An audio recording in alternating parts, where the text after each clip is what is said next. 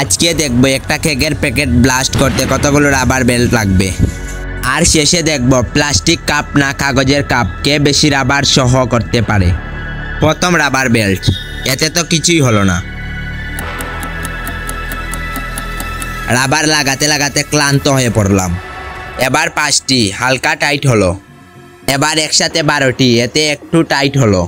এদিকে রাবার শেষ, তাই আর এক প্যাকেট রাবার আনলাম। এবার 20টা, লাগাতে গিয়ে ব্লাস্ট হয়ে গেল। তো এটা ব্লাস্ট করতে কতগুলো রাবার বেল্ট লাগলো কমেন্টে বলো। এবার প্লাস্টিক বনাম কাগজ।